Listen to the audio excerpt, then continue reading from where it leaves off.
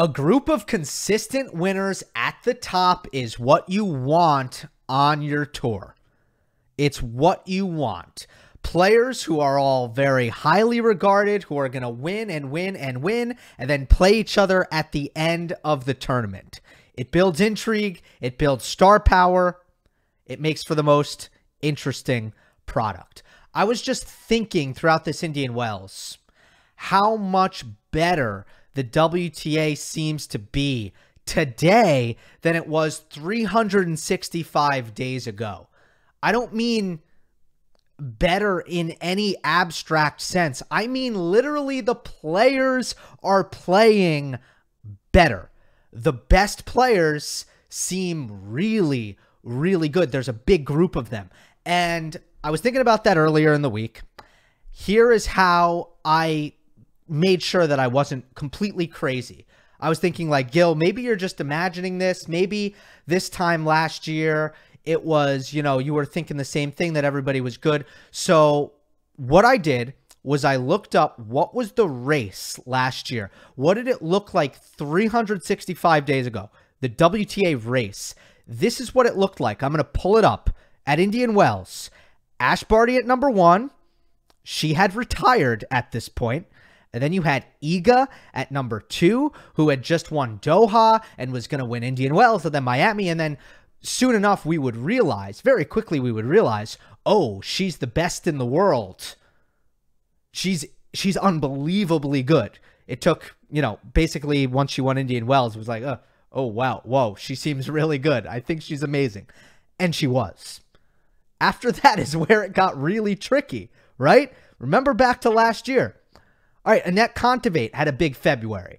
Danielle Collins had a big Australian Open. Elena Ostapenko had a great February of 2022. Madison Keys had a big Australian Open run. Sakkari was there. Krejcikova was there and then got injured. So she was going to be out of the picture in the 8th spot. Badosa had a good Indian Wells, so she would actually leap up after Indian Wells. And then she would really, really struggle for the rest of the time. And then Halep was coming back from injury. But you look at that, especially at the top after Iga, and I barely need to remind you, I mean, all of last year was who's the tier 2? Who are the tier 2 players? It's not the players who are at the top of the race at this point. It wasn't Kontaveit, it wasn't Collins, it wasn't Ostapenko, it wasn't Keys, it wasn't Sakkari for the vast majority of the year. She just got into the top 8, you know, by making a good run in Guadalajara too at the very end. She almost missed the year-end championships. But it wasn't these players. And in fact, of the 10 players that I just showed you who were the top 10 in the WTA race last year, of those 10 players, only 2 ended up making Fort Worth. Some of the players who really ended up being next best after Iga, really Jabeur and Pegula and Halep. Think back to the U.S. Open last year. Iga Swiatek lost early in Canada, lost early in Cincinnati, complained about the balls, had lost early at Wimbledon, and she was still an overwhelming favorite to win the U.S. Open. Because it was just, who's there who you trust more than Iga? Nobody. Absolutely nobody. And as a result, it was like, okay, we don't feel great about Iga, but the next favorite is Halep. The next favorite is Jabeur. You still like Iga because nobody was near her. Enough about last year. This is where we're at right now. I showed you the race last year. Let me show you the race right now without Indian Wells coming into play. This is not the live race. This is the race before Indian Wells started.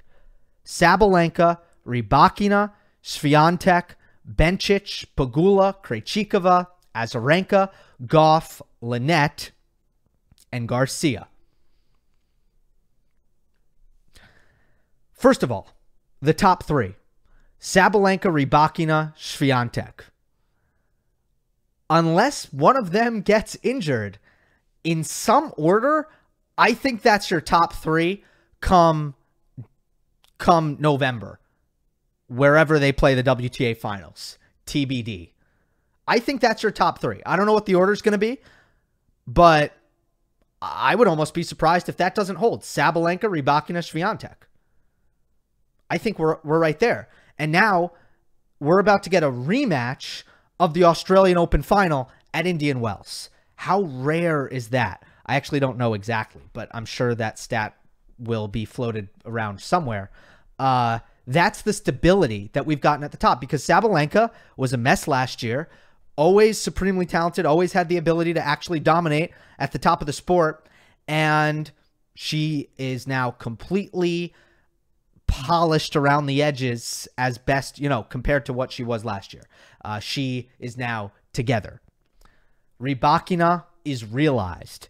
Swiatek is still 21 years old, by the way. That top three, you feel really awesome about it. Now, imagine the U.S. Open started tomorrow. We're not having the same conversation about Iga struggling, but we still got to pick her because there's nobody else. That's not the conversation we'd have. If we had the U.S. Open tomorrow, there would be plenty of people who would pick Sabalenka. There would be probably plenty of people who would pick Rybakina. And then some people picking Swiatek. It would be there'd be a lot more mystery there coming into the U.S. Open if it started tomorrow. Because Rybakina has now beaten Iga twice in a row and has actually never lost to Iga.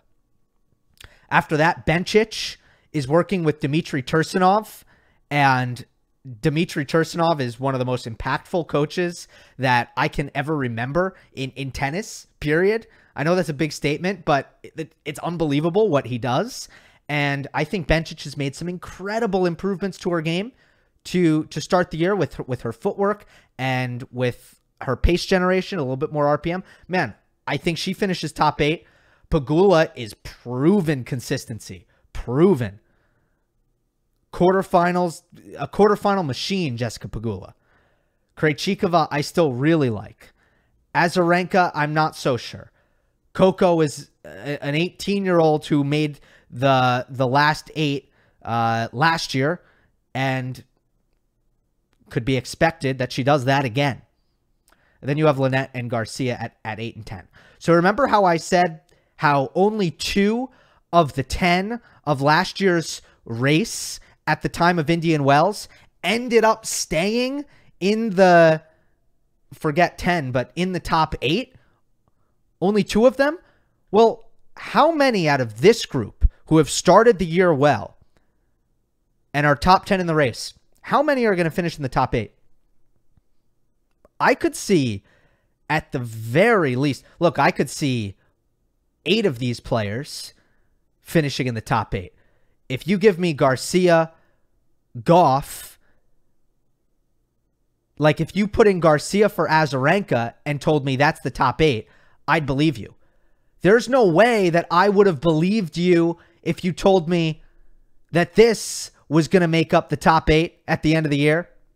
But this, I feel like there's going to be stability here.